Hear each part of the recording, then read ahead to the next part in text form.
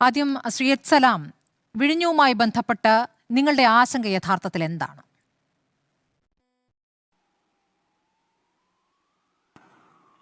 ഒന്ന്, ഞങ്ങളുടെ പ്രകടിപ്പിക്കുന്ന ആശങ്ക എന്ന് പറയുന്നത് കേരളത്തിന് ഒന്നായി ഉണ്ടാവേണ്ടതും കേരളത്തിന് ഗവൺമെന്റ് ഉണ്ടാവേണ്ട ആശങ്ക കൂടിയാണ് ഞങ്ങൾ പറയുന്നത്. കാരണം ഒരു സ്റ്റേറ്റ് ഒരു കമ്പനിയുമായി ഉണ്ടാക്കുന്ന എഗ്രിമെന്റ് അത് പാലിക്കാനുള്ള ഉത്തരവാദിത്വം ഒന്നാമതുണ്ടാവേണ്ടത് സംസ്ഥാനത്തിനാണ്. അതൊരു ലംഘനമാക്കാര്യത്തിൽ ഉണ്ടായിക്കഴിഞ്ഞാൽ സ്വാഭാവികമായിട്ടും നോക്കേണ്ട ഉത്തരവാദിത്വം സംസ്ഥാന സർക്കാരിനുണ്ട്. ഇവിടെ ഒരു ലംഘനം സംഭവിച്ചിരിക്കുന്നു. ആ സംഭവിച്ച കാര്യം ഞങ്ങൾ പത്രദ്വാരയാണ് അറിഞ്ഞത്. ഞങ്ങൾ അറിഞ്ഞിരുന്നില്ല എന്ന് മുഖ്യമന്ത്രി തന്നെ പറയുകയും സർക്കാർ അതൃപ്തി അറിയിച്ചു എന്ന നിലയിലേക്ക് മാത്രം നിൽക്കുകയും ചെയ്യുന്നു എന്നുള്ളതാണ്. വിഴിഞ്ഞം പോർട്ട് സംബന്ധിച്ച് ഞങ്ങൾക്ക് വ്യക്തമായ നിലപാട് നേരത്തെ മുതലുള്ള മുന്നണിയാണ് ഇടതുപക്ഷം. CPM-ന് വ്യക്തമായ നിലപാടുണ്ട്. നിങ്ങൾക്ക് എല്ലാവർക്കും അറിയും, VS ഗവൺമെന്റ് സമയത്ത്, അതിന്റെ തുടക്ക സമയത്ത് തന്നെ അന്നത്തെ LDF ഗവൺമെന്റിന്റെ നിലപാടെന്ന് പറയുന്നത് ഏത് തരത്തിലായിരിക്കണം വിഴിഞ്ഞം പോർട്ടിന്റെ പദ്ധതി പോകേണ്ടത് എന്ന് ഞങ്ങൾ വ്യക്തമായ ധാരണ ഉണ്ടായിരുന്നു. സർക്കാർ മുതൽ മുടക്കി പോർട്ട് നിർമ്മിക്കുകയും അതിന്റെ നടത്തിപ്പ് കമ്പനികളെ ഏൽപ്പിക്കുകയും ചെയ്യുക എന്ന ഒരു നിലപാടാണ് ആ പദ്ധതിയെക്കുറിച്ച് ഞങ്ങൾക്ക് അന്നുണ്ടായിരുന്നത്. അതിന്റെ ഭാഗമായി പ്രാഥമികമായ സ്റ്റെപ്പുകൾ മുന്നോട്ട് നീക്കുകയും ചെയ്തു. അതെല്ലാം ചരിത്രത്തിന്റെ ഭാഗമായി. ആ സ്റ്റെപ്പിന്റെ ഒരു പ്രത്യേകമായ ഘട്ടത്തിൽ കേന്ദ്രത്തിൽ അന്ന് ഭരിച്ചിരുന്നത് കോൺഗ്രസ് ഗവൺമെന്റ് ആണ്. പക്ഷേ ആ കോൺഗ്രസ് നയിക്കുന്ന കേന്ദ്ര ഗവൺമെന്റ് അതിന് അനുമതി തന്നിരുന്നില്ല. ഇതാണ് ഒന്നാമത്തെ ഭാഗം. പിന്നീട് ഉമ്മൻചാണ്ടി ഗവൺമെന്റ് അധികാരത്തിൽ വരുന്നു. ഉമ്മൻചാണ്ടി ഗവൺമെന്റ് അധികാരത്തിൽ വന്നപ്പോൾ സംഭവിച്ചൊരു മാറ്റം എന്ന് പറയുന്നത് ഏതാണ്ട് പൂർണ്ണമായും നമ്മുടെ കയ്യിൽ നിന്ന് വിട്ടുപോകുന്ന പോലെയാണ്. നിങ്ങൾക്കെല്ലാം അറിയാം, കേരളത്തിൽ മൊത്തം അറിയാം, ഇടതുപക്ഷം അതിനെതിരായ ശക്തമായ നിലപാടെന്ന് സ്വീകരിക്കാൻ കാരണം കടൽ കൊള്ള എന്ന് തന്നെ ആക്ഷേപിച്ചതിന് പറഞ്ഞിരുന്ന സന്ദർഭങ്ങളുണ്ട്. അത്തരം നിലപാട് സ്വീകരിക്കാൻ കാരണം എന്താണ്? നമ്മൾ കൂടുതൽ പണം മുടക്കുകയും അദാനി കമ്പനി കുറച്ച് പണം മുടക്കുകയും ചെയ്യുന്നു. പക്ഷേ അതായത് 30% അദാനി കമ്പനിയും 70% കേരളം പണം മുടക്കുകയും ചെയ്യുന്നു. അങ്ങനെ മുതൽ മുടക്കി ഉണ്ടാക്കുന്ന, അങ്ങനെ ബിൽഡ് ചെയ്യുന്ന ഒരു പോർട്ട്, ആ പോർട്ടിന്റെ ഒരു ലാഭത്തിന്റെ വിഹിതം കിട്ടിത്തുടങ്ങുന്നത് 30 കൊല്ലം കഴിഞ്ഞിട്ടാണ് കേരളത്തിന്, സ്റ്റേറ്റിന് എന്നുള്ളതാണ്. അതിന്റെ അതോറിറ്റി എന്ന് എഗ്രിമെന്റിൽ പറയപ്പെടുന്ന സംസ്ഥാനത്തിന് കിട്ടുന്നത് 30 കൊല്ലം കഴിഞ്ഞാണ്. അതിന്റെ ഓണർഷിപ്പ് പൂർണ്ണമായി നമുക്ക് ലഭ്യമാകുന്നത് 40 കൊല്ലം കഴിഞ്ഞാണ്. എന്ന് വെച്ചാൽ ഞാനും സ്മൃതിയും നമ്മളെല്ലാം മിക്കവാറും ഈ ഭൂമുഖത്തുനിന്ന് പോയി കഴിഞ്ഞിട്ടുണ്ടാവും, അല്ലെങ്കിൽ നമുക്കൊന്നും ചെയ്യാൻ കഴിയാത്ത പ്രത്യേകമായ പ്രായത്തിലെത്തിയിരിക്കുന്ന സമയത്തായിരിക്കും ഇത് സ്വാഭാവികമായിട്ട് വരിക. അതാണ് ഉമ്മൻചാണ്ടി സർക്കാരിന്റെ കാലത്തുണ്ടാക്കിയ എഗ്രിമെന്റ്. ആ എഗ്രിമെന്റിന്റെ വ്യവസ്ഥകളെ ഞങ്ങൾ എതിർത്തിരുന്നു. പിന്നീട് 2016 സംസ്ഥാനത്ത് പിണറായി വിജയൻ ഗവൺമെന്റ് വരുന്നു. ആ സമയത്ത് ഞങ്ങൾ ചർച്ച ചെയ്യുകയും അത് പരസ്യമായി കേരളത്തോട് പറയുകയും ഒരു നിലപാട് ഞങ്ങൾ സ്വീകരിച്ചു. ഉമ്മൻചാണ്ടി ഉണ്ടാക്കിയ കരാറിൽ വ്യത്യസ്തമായ അഭിപ്രായം ഞങ്ങൾക്കുണ്ടെങ്കിലും അതിന്റെ തർക്ക വിതർക്കങ്ങളിൽപ്പെട്ട് കേരളത്തിന്റെ ഭാവിക്ക് ഗുണകരമാകുന്ന ഒരു പദ്ധതിയെ ഇല്ലായ്മ ചെയ്യാൻ ഇടയാക്കുന്ന നിലപാടുണ്ടാകാൻ പാടില്ല എന്ന് ഞങ്ങൾ CPM തീരുമാനിച്ചു, LDF തീരുമാനിച്ചു, ഗവൺമെന്റ് തീരുമാനിച്ചു. അങ്ങനെയാണ് ഞങ്ങൾക്ക് അഭിപ്രായ വ്യത്യാസമുള്ള എഗ്രിമെന്റ് ആണ് ഉമ്മൻചാണ്ടി സർക്കാരിന്റെ കാലത്തുള്ളതെങ്കിലും അതിന് പ്രധാന അഭിപ്രായം ഇത് തന്നെയാണ്. 30 കൊല്ലം കഴിഞ്ഞ് നമുക്ക് അതിന്റെ ഒരു ലാഭത്തിന് വിഹിതം കിട്ടുന്നുള്ളൂ, 40 കൊല്ലം കഴിഞ്ഞ് അതിന്റെ ഉടമസ്ഥത നമുക്ക് കൈമാറി കിട്ടുന്നുള്ളൂ. ഈ വ്യവസ്ഥ ഞങ്ങൾക്ക് എതിർപ്പുള്ളതാണെങ്കിലും മുന്നോട്ട് കൊണ്ടുപോകാൻ തീരുമാനിച്ചത് അതിന്റെ കേസും മറ്റുമൊക്കെ ആയിട്ട് പോയാൽ ആത്യന്തികമായി സംഭവിക്കുന്ന പ്രശ്നം വിഴിഞ്ഞം എന്നൊരു പോർട്ട് കേരളത്തിന് ഇല്ലാതായി മാറും എന്നുള്ളതാണ് അന്നുണ്ട അവസ്ഥ. ഏതാണ് അത്തരമൊരു സാഹചര്യത്തിലാണ് ഞങ്ങൾ എഗ്രിമെന്റ് വിയോജിപ്പുണ്ടെങ്കിൽ ഞങ്ങൾ അതിലേക്ക് കടന്ന അങ്ങനെയാണ്. ഇപ്പോൾ സംഭവിച്ചേക്കുന്ന കാര്യം മുന്നോട്ട് കൊണ്ടുപോവുകയും ചെയ്തു, സാധ്യമാക്കുകയും ചെയ്തു. ഇപ്പോൾ സംഭവിച്ചത് കാര്യം എന്താണ്? പറഞ്ഞോളൂ, എന്നിട്ട് ഞാൻ ചോദിക്കാം. ഇപ്പോൾ സംഭവിച്ചിരുന്ന കാര്യം എന്താണ്? അതോറിറ്റിയും കമ്പനിയും തമ്മിലുണ്ടാക്കിയ കരാറിൽ ലംഘനം ഉണ്ടായിരിക്കുന്നു. എന്താണ് ലംഘനം? ഉടമസ്ഥതാ കൈമാറ്റത്തിലേക്ക് എത്തി ഓഹരി കൈമാറ്റം ചെയ്യപ്പെടുമ്പോൾ സ്വാഭാവികമായും അതോറിറ്റിയുടെ മുൻകൂർ അനുവാദം വേണം. അത് അദാനി കമ്പനിയും സ്റ്റേറ്റ് ഗവൺമെന്റും തമ്മിലുണ്ടാക്കിയ എഗ്രിമെന്റിന്റെ ഭാഗമാണ്. ആ ലംഘനം ഉണ്ടായിക്കഴിഞ്ഞാൽ സ്വാഭാവികമായിട്ടും അത് തെറ്റായൊരു കാര്യം കമ്പനി ചെയ്തു എന്നാണോ ഇന്ന് മുഖ്യമന്ത്രിയുടെ പത്രസമ്മേളനം നോക്കിയാൽ അങ്ങനെയാണോ? അതിന് ദേശാനി പത്രത്തിൽ വന്ന് വാർത്തയെ പറഞ്ഞിട്ട് കാര്യമുണ്ടോ? ശരി, അതിലേക്ക് വരാം. നോക്കൂ, അങ്ങ് ഈ പറഞ്ഞതിൽ എനിക്ക് സംസ്ഥാനം ചില ഭരിക്കുന്നത് യു ഡി എഫ് ഗവൺമെന്റ് ആണ്. ഉപചോദ്യങ്ങളുണ്ട്. ശ്രീ എച്ച് സലാം, അങ്ങ് പറഞ്ഞതിൽ ചില ഉപചോദ്യങ്ങളുണ്ട്. ഒന്നാമത്, ഉമ്മൻചാണ്ടി സർക്കാരിന് അദാനിയുമായി കരാറിലേക്ക് പോകേണ്ടി വന്നത് അന്ന് മറ്റാരും തന്നെ ആ രൂപത്തിൽ മുന്നോട്ട് വന്നില്ല എന്നുകൊണ്ടാണ്.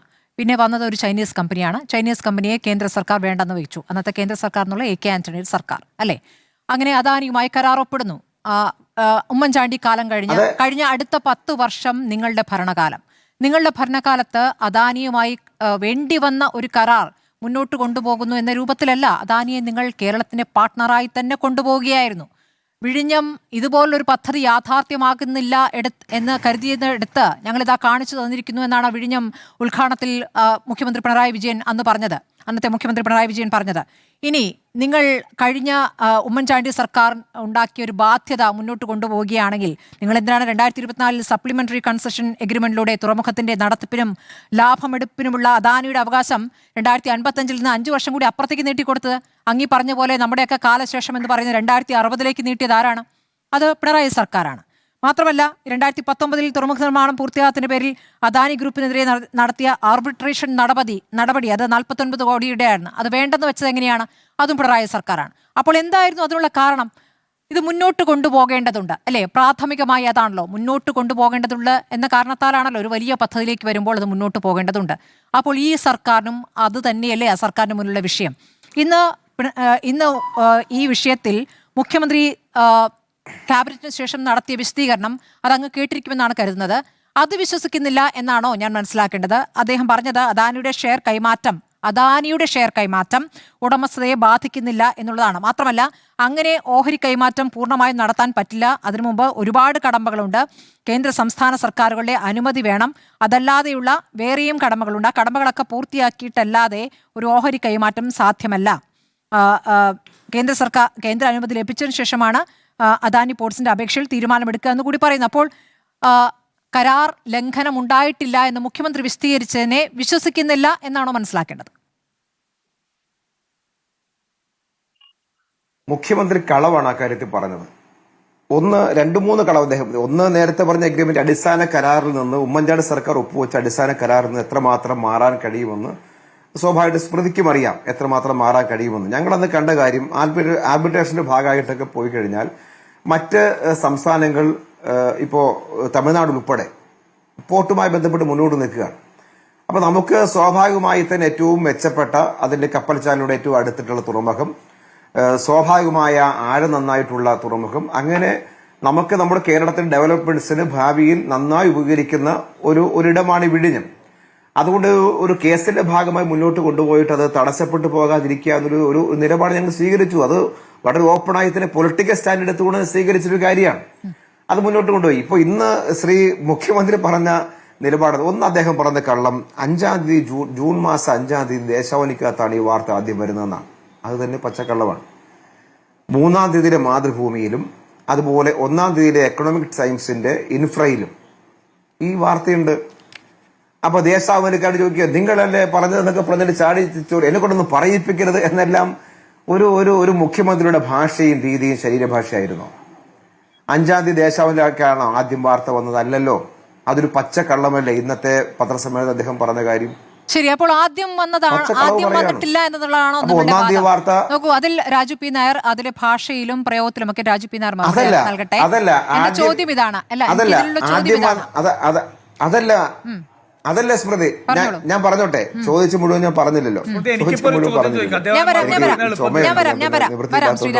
പൂർത്തിയാക്കട്ടെ. ഹലോ, അല്ല ഇതിലുള്ളൊരു ചോദ്യം അദ്ദേഹം അത് ഞാൻ പറഞ്ഞു.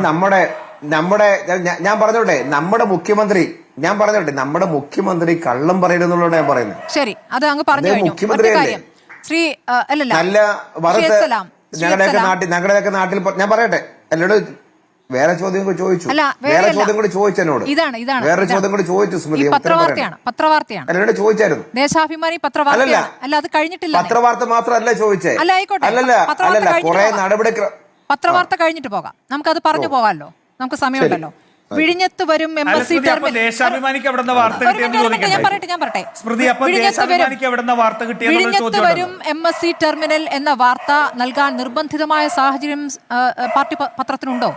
ഇനി ആദ്യം വന്ന സാധാരണഗതിയിൽ ആദ്യം ഞങ്ങൾ കൊടുത്തു എന്നുള്ളതാണ് മേനി പറയുക. എല്ലാ പത്രങ്ങളായാലും ചാനലുകളായാലും ഞങ്ങൾ ഫസ്റ്റ് ഓൺ അല്ലേ?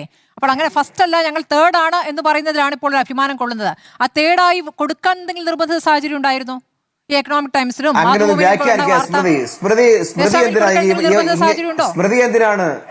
സ്മൃതി എന്തിനാണ് ഒരു മുഖ്യമന്ത്രി പറഞ്ഞ കള്ളത്തിന്റെ സ്മൃതി ഒരു ആങ്കറല്ലേ? നിങ്ങൾ എന്തിനാണ് എന്റെ ചോദ്യം വിഴിഞ്ഞത്ത് വരും MSC ടെർമിനൽ എന്ന് പറയുമ്പോൾ MSC ടെർമിനലുമായി നിങ്ങൾക്ക് ഉണ്ടായിരുന്നില്ല. എത്സലാം, അങ്ങേക്ക് മറുപടി ഉണ്ടെങ്കിൽ പറയാം. ഈ MSC ടെർമിനലുമായി ബന്ധപ്പെട്ട് നിങ്ങൾക്ക് ഒരു എതിരഭിപ്രായം ഉണ്ടായിരുന്നില്ല. ഒരൊറ്റ വാർത്തയല്ല എത്സലാം. ഇത് സഭയിൽ പിണറായി വിജയൻ ഉന്നയിക്കുന്നതിന് മുമ്പ് തന്നെ കഴിഞ്ഞ സർക്കാരിന്റെ ദീർഘദൃഷ്ടിയുടെ ഫലമായിട്ടാണ് MSC ടെർമിനൽ വരുന്നതെന്ന പത്രവാർത്ത ദേശാഭിമാനിയിൽ വന്നു. അതിനു മുമ്പ് ഈ MSC ഇവിടെ കോൺക്ലേവ് നടത്തുന്നതും പ്രധാന വാർത്തയായിരുന്നു. വിഴിഞ്ഞത്ത് കോൺക്ലേവിന് തുടക്കമെന്ന് പറയുന്നു.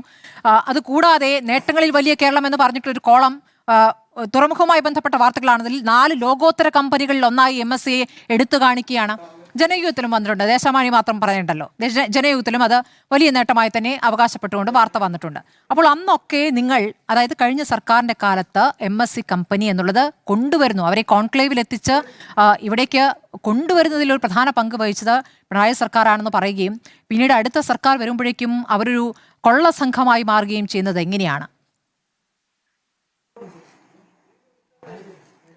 MSC കൊള്ള സംഘമാണെന്ന് ആര് പറഞ്ഞു? ആരെങ്കിലും പറഞ്ഞോ?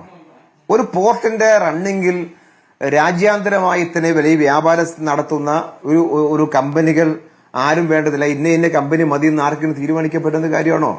അങ്ങനെയാണെങ്കിൽ ആ പോർട്ട് ഭംഗിയായിട്ട് മുന്നോട്ട് പോവോ? അതല്ല ഇവിടെ പ്രശ്നം, അതല്ല നമ്മുടെ മുമ്പിലെ പ്രശ്നം. ഞാൻ പറഞ്ഞത് സ്മൃതി, ഈ വാർത്തയെക്കുറിച്ച് ഞാൻ പറഞ്ഞത് അതൊന്ന് ക്ലാരിഫൈ ചെയ്യാൻ സമയം തരണം. മൂന്നാമത്തേതാണോ ഒന്നാമത്താണോ എന്നല്ല ഞാൻ പറഞ്ഞത്. മുഖ്യമന്ത്രി കള്ളം പറഞ്ഞു. ദേശാവലിക്കകത്ത് ആദ്യമായിട്ട് ഈ വാർത്ത വന്നു. ദേശാവലിയിൽ ആദ്യം കൊണ്ടുവന്നത് അതിന് സോഴ്സ് എന്ന് പറഞ്ഞാൽ കഴിഞ്ഞ ഗവൺമെന്റിന്റെ കാലത്തുനിന്ന് ഗവൺമെന്റ് ചോർത്തിയെന്ന് വാർത്ത കൊടുക്കുന്നതല്ലേ.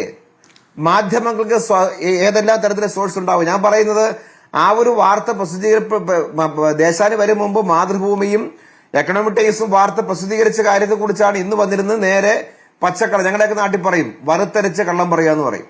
വറുത്തരച്ച് കറി വെക്കുന്ന അറിയാലോ എന്ന് പറഞ്ഞ പോലെയാണ്. വറുത്തരച്ച കള്ളം വന്ന് പറഞ്ഞിരിക്കുകയാണ് മുഖ്യമന്ത്രി. പിന്നെ നേരത്തെ സ്മൃതി പറഞ്ഞ ഒരു പ്രധാനപ്പെട്ട കാര്യമുണ്ട്. ഇന്ന് CM പറഞ്ഞ എന്താ, മുഖ്യമന്ത്രി എന്താ പറഞ്ഞത്? ഒരുപാട് കടമ്പകളില്ലേ എന്നാണ്.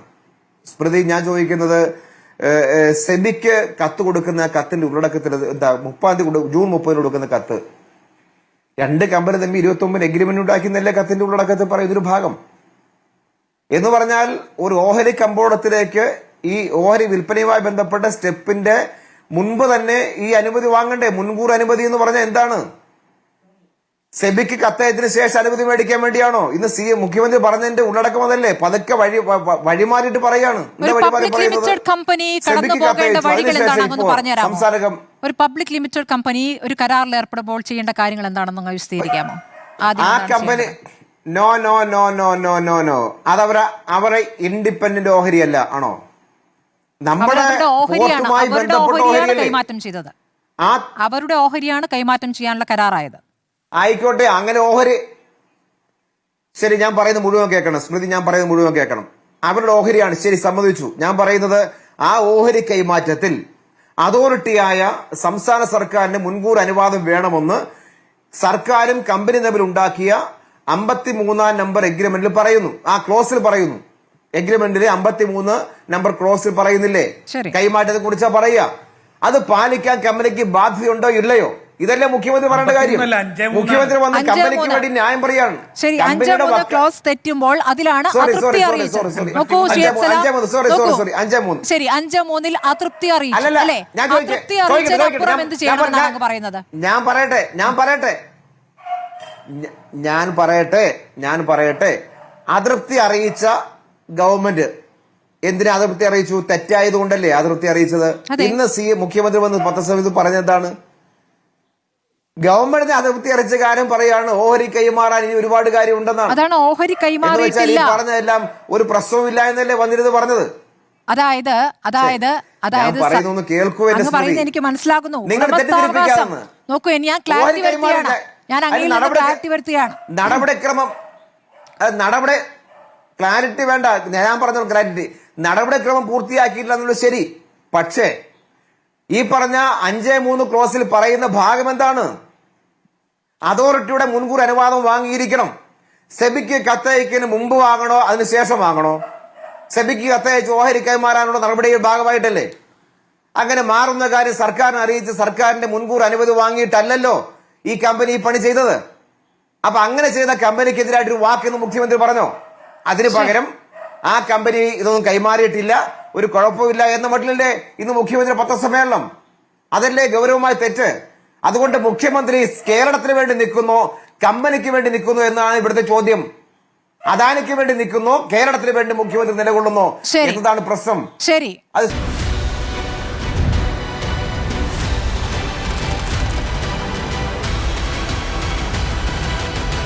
ഡിബേറ്റ് വിത്ത് സ്മൃതി പരുത്തിക്കാട്.